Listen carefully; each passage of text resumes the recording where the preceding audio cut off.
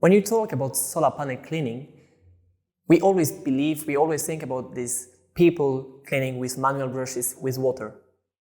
However, these days we see more and more in countries such as in the Middle East, in India and Australia, people doing dry cleaning.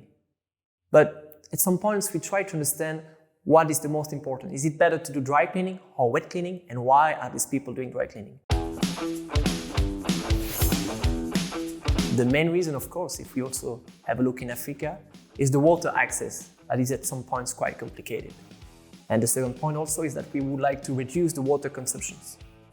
But how can we be sure that this dry cleaning will have the same results as a nice wet cleaning?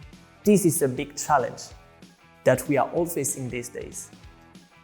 What we are trying more and more in SolarCleano companies is to have a solution that is able to go for dry cleaning at some points and wet cleaning at some other points. So it means that if you are able to do for dry cleaning, you just have your machine with a battery, you do not need any water access. And one final thing I could say about the dry cleaning is that the dry cleaning is mainly done in places where the level of dirt is not so high as in places like in Europe where you have a lot of bird droppings. Indeed, getting rid of the bird droppings with dry cleaning is quite impossible. However, if you only have sand, then dry cleaning can be the solution.